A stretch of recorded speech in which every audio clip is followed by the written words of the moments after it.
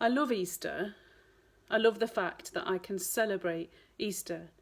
I love getting up early in the morning, the only day of the year when I love to do this, and shouting out, "He has risen!"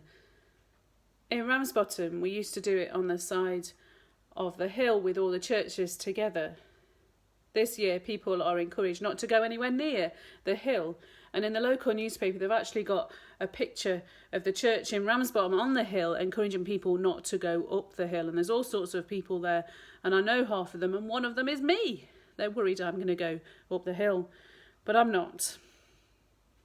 I love Easter, and I would normally cause issues in the church building and a bit of a mess, because I like to make giant structures and set off party poppers and stuff, put stuff you don't expect everywhere. I love that it's a time of celebration when we're reminded again that everything is going to be okay. I was really looking forward to my first Easter in New Addington. Easter reminds us that whatever we've done, wherever we are, however difficult the last year has been, whatever mistakes and bad choices we make, that we can start over. At Easter, we're reminded that not all hope is lost. It's about forgiveness, and it's about new beginnings. For all of us, both Christians and non-Christians, the Easter weekend is often a time of pause in the rhythm of life.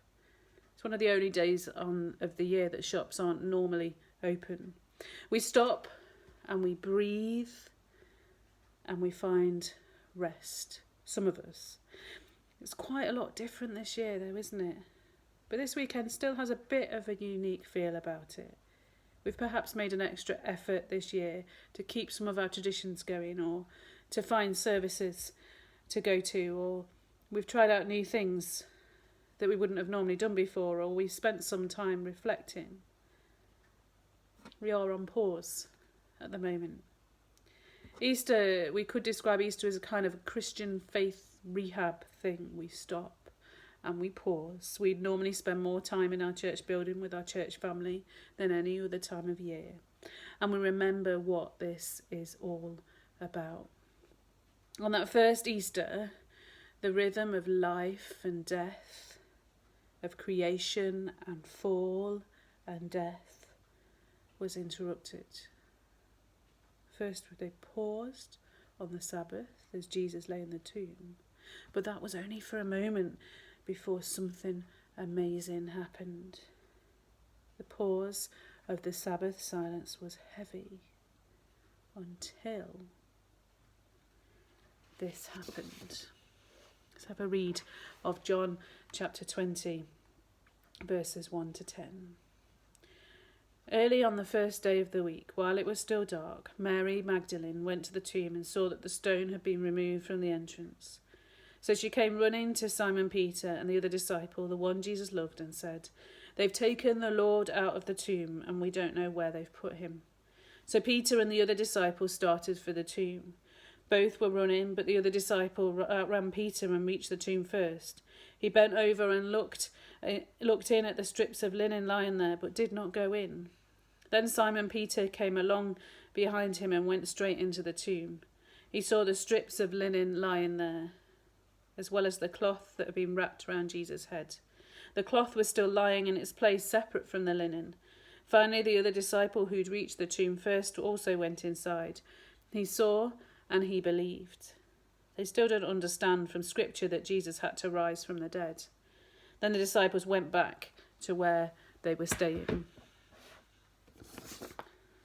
The disciples went back to where they were staying. They had seen, they knew what was going on, but they didn't go out and tell anyone. They needed time to process and make sense of it all.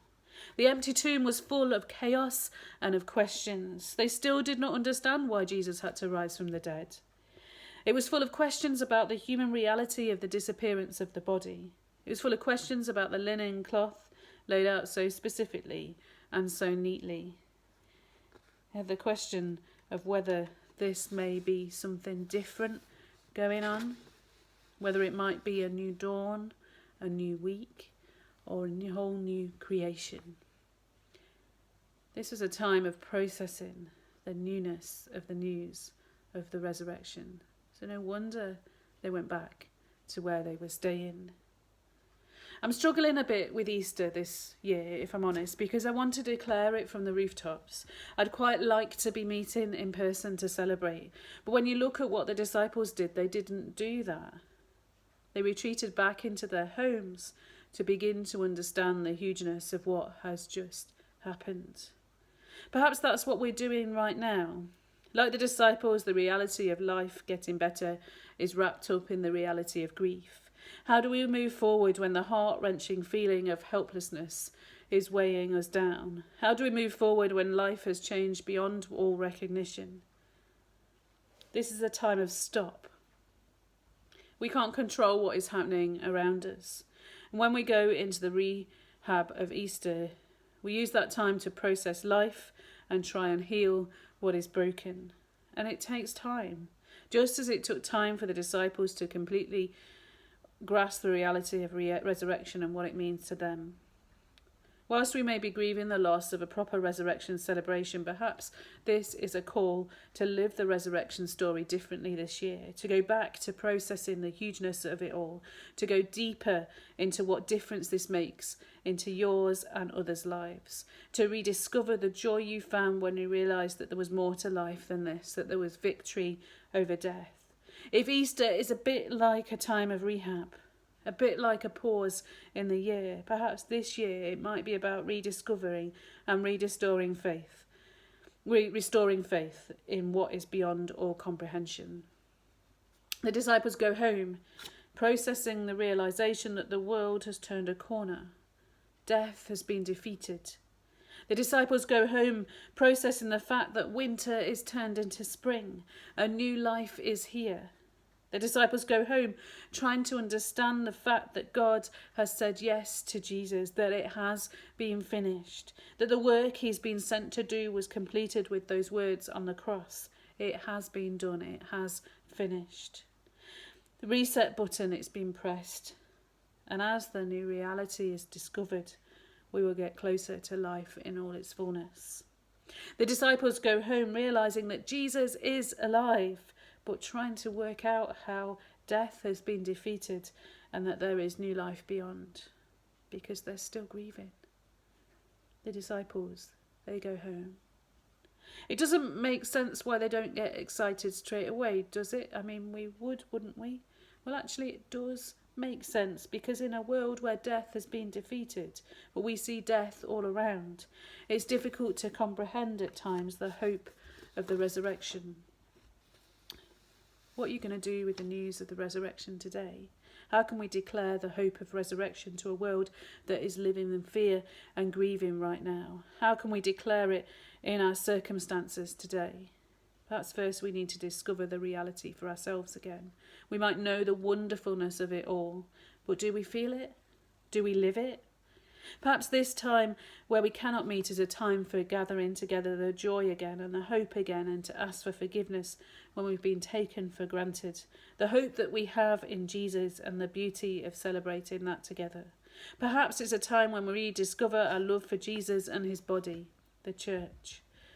The disciples, they went home, and as they were at home, Jesus began to reveal himself. First to Mary in the garden, where he turned her mourning into dancing again. And then he went to where the disciples were, and this is what happened. Continuing from John chapter 20, verse 19. On the evening of that first day of the week, when the disciples were together, with the doors locked for fear of the Jewish leaders, Jesus came and stood among them and said, "Peace be with you." After he said this, he showed them his hands and his side. The disciples were overjoyed when they saw the Lord.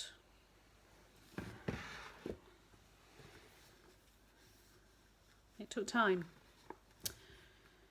It took time to understand all that Jesus had said and had done. But here they are, and their mourning has been turned into a time of joy. Our life as a church is always busy, not least at Easter. And while videoing this, I'm very aware that we would normally be hunting Easter eggs right now. But let's turn this time not into a time of mourning for what we cannot do, but let's think of it as a time for celebrating what we can. Because whatever we do, wherever we are, the reality of the resurrection still reigns high. As we're locked in our houses, we can understand that first Easter day, perhaps from the disciples' perspective, a little bit more. They live with the grief of the loss of their friend and their leader. They live with the fear of the enemy against them. They're trying to get to grips with what they do not understand. But here they are, presented with the reality of hope. And the first thing Jesus does is tell them, before he sends them out to declare the good news, that peace has come. So as we embrace Easter amongst the pain and the suffering, as we approach Easter in a very different way this year, may you once again grasp the reality of the hope we have because of resurrection. May you take some time to understand once again what Jesus has done for you in the world. And may you find peace. Peace be with you. Amen.